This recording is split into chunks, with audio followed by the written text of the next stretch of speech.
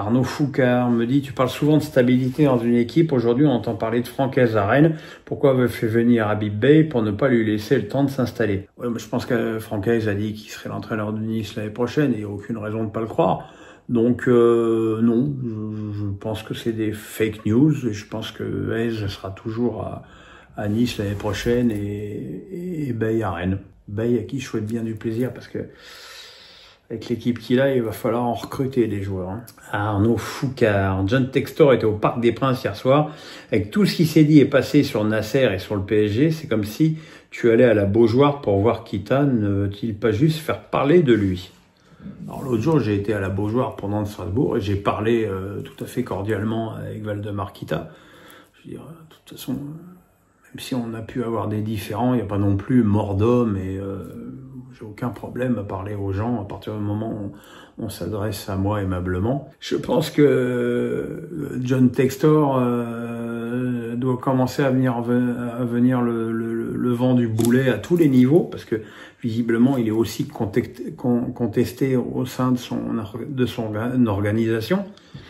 Donc il va peut-être chercher aussi un petit peu des appuis en Ligue 1 et quel appui peut-on aller chercher plus que celui de Nasser El-Khelaifi, même si avec la chaîne de la Ligue on s'oriente vers là vraiment une sortie totale de beIN dans la retransmission de la Ligue 1. Moi à titre perso j'aime mieux des mecs qui s'entendent de façon cordiale que des mecs qui se tapent dans la gueule. Je trouve que c'est une preuve d'intelligence de Nasser El-Khelaifi de le recevoir comme ça.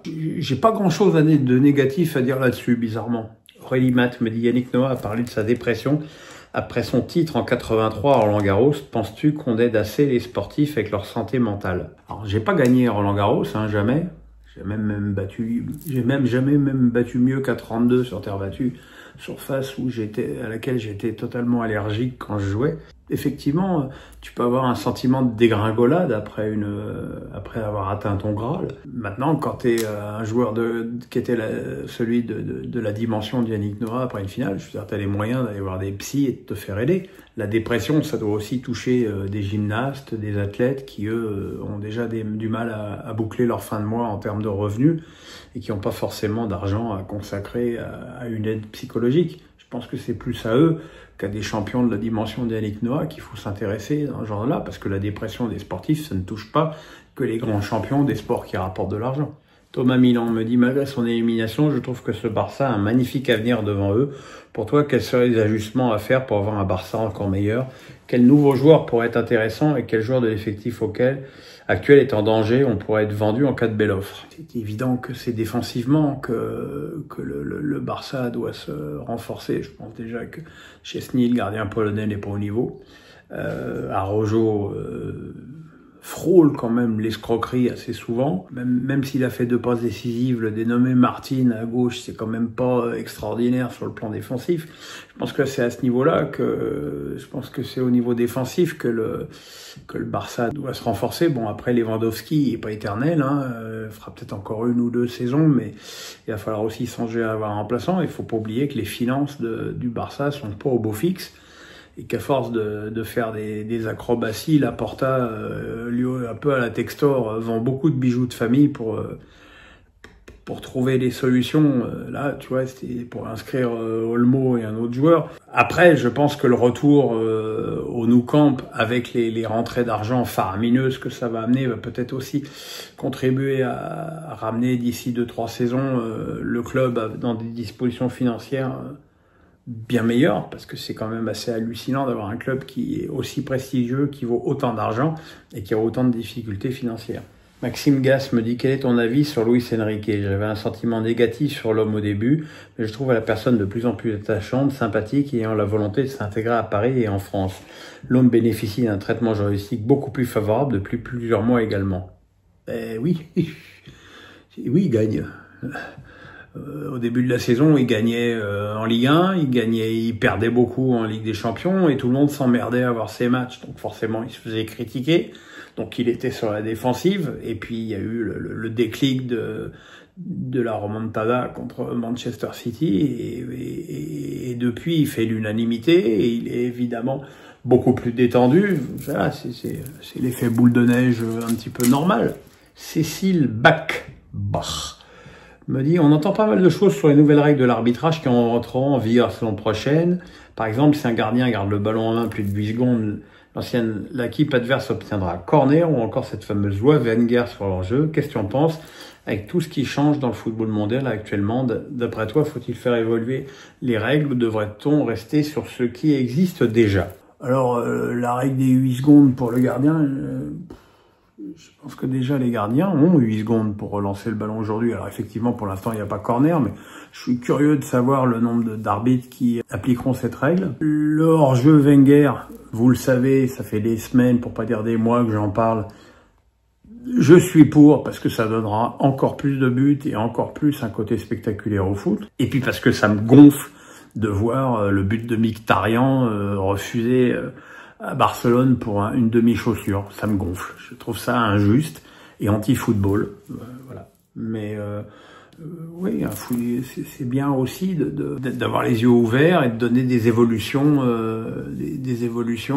aux règles, sans évidemment dénaturer le jeu. Laurent Pfister me dit, le Racing vient de se maintenir in extremis. Le Racing féminin de Strasbourg, je précise. L'ambiance à la Méno était vraiment festive tout le match. Ne penses-tu pas que la systématisation de ces opérations de billetterie à prix modique dans les stades principaux de clubs pourrait mettre un peu le foot féminin en lumière? En plus, les retransmissions télé étaient de bonne qualité, à l'inverse de Guingamp, on se croira en DH.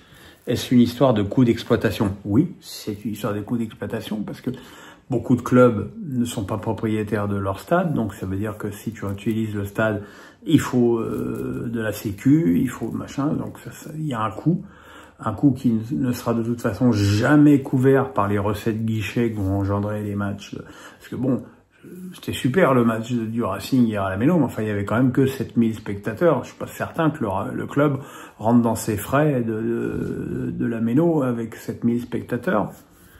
C'est tout le problème. Bien évidemment que la Ligue 1 d'Arkema est très pénalisée par la faible qualité des stades dans lesquels la plupart des équipes de D1 féminine jouent, et que ça fait des retransmissions. C'est cheap, déjà, l'œil c'est cheap, t'as pas envie. Je veux dire, tu vois les matchs du PSG, il est formidable le centre d'entraînement de Poissy, mais c'est pas fait pour une retransmission.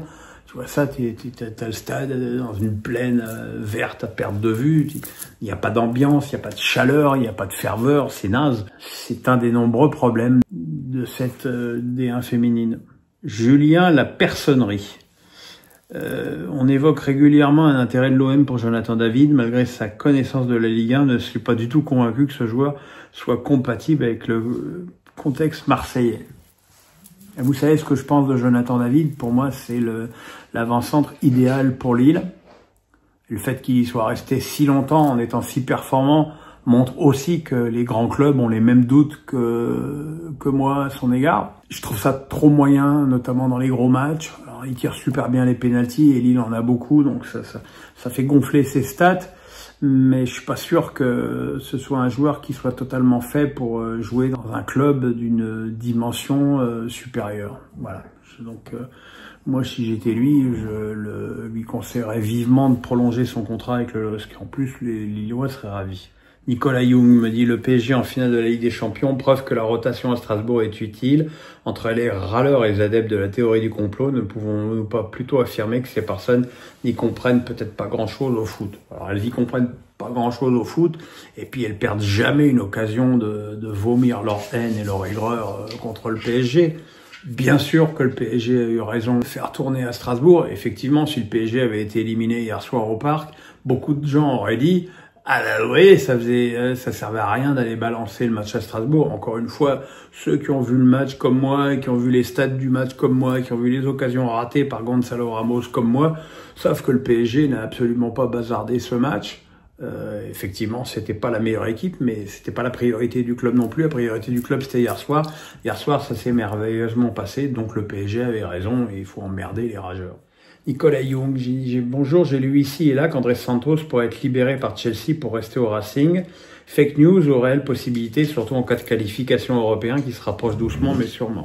On peut pas savoir, parce on sait pas dans quelle Coupe d'Europe va jouer le Racing. Il est évident que si le Racing est en Ligue des Champions et Chelsea aussi, ça va être un problème. Il faudra agir très vite si le club peut avoir une possibilité de le conserver. S'il peut le conserver, ce sera pas forcément en prêt. Sportivement, si André Santos restait à Strasbourg, ce serait magique parce que c'est pour moi un des tout meilleurs milieux de Ligue 1. D'ailleurs, je vais pas trahir un secret sur mon équipe A et mon équipe B, mais bon, Santos y sera. Ce serait une nouvelle exceptionnelle et inespérée que Santos soit encore au club l'année prochaine. Hein, qu'est-ce que t'en penses, toi? Qu'est-ce que t'en penses? Carlito me dit, depuis la Baule, vous n'êtes pas très loin du Puy du Fou. Êtes-vous déjà allé sur ce parc? Sinon, pourriez-vous être intéressé pour y aller? Globalement, appréciez-vous les parcs d'attractions? Les parcs d'attractions, j'ai fait ceux d'Orlando lorsque j'avais été visiter mon copain Jean-Philippe, qui avait un resto là-bas, jadis. J'ai habité surtout à 5 km de Disneyland pendant de nombreuses années. Mes enfants avaient même une carte de résident. De toute façon, depuis ma greffe du foie, j'ai plus le droit d'être secoué dans des manèges. Avec mes difficultés à me déplacer, j'ai du mal à me taper des kilomètres.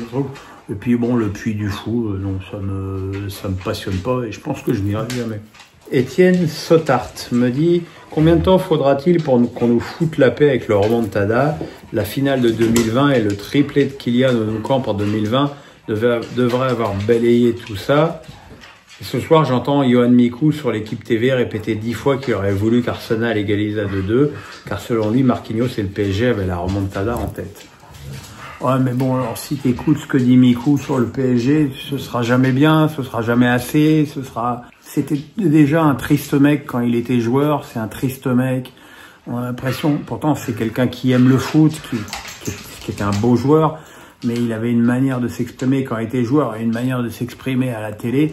On a l'impression que tout l'emmerde, que tout est, voilà. Et puis quand c'est le PSG, ça l'emmerde 2 fois plus. Qu'est-ce que vous voulez que je vous dise? Si vous êtes assez influençable pour écouter ce genre de mec, je peux pas grand-chose pour vous. Athème Le Pou me dit, lis-tu les commentaires sous tes vidéos YouTube? En tiens-tu compte pour améliorer et voir comment sont reçues tes analyses? Oui, je lis tout. Je lis tous les commentaires de tous les supports. Alors un peu moins ceux de Facebook, parce qu'en ce moment, Facebook est infesté de commentaires de fake gonzesses qui viennent là attraper le gogo. Alors les gens me disent, mais pourquoi tu les bloques pas? Mais si je les bloque, il n'y a que moi qui vais les bloquer. Elles continueront à sévir. De toute façon, c'est des faux comptes, donc tu bloques un et ils en créent un immédiatement. Donc ça sert pas beaucoup à s'user sa salive à faire ça. Oui, je lis, oui, j'en tiens compte. Encore une fois, c'est parce que j'ai eu des demandes pour faire les notes que j'ai fait les notes de PSG Arsenal. Donc oui, j'en tiens compte. Alors, je tiens pas compte des critiques débiles de certains crétins qui en plus viennent là toutes les semaines vomir leur haine sur moi, le PSG, et puis à peu près tout et tout le monde, les footballeurs noirs, enfin bon bref. C'est les réseaux sociaux, il faut prendre et en laisser. Voilà mes amis, c'est terminé pour ce Face à Pierrot du jeudi 8 mai. Bonne fête et bon pont.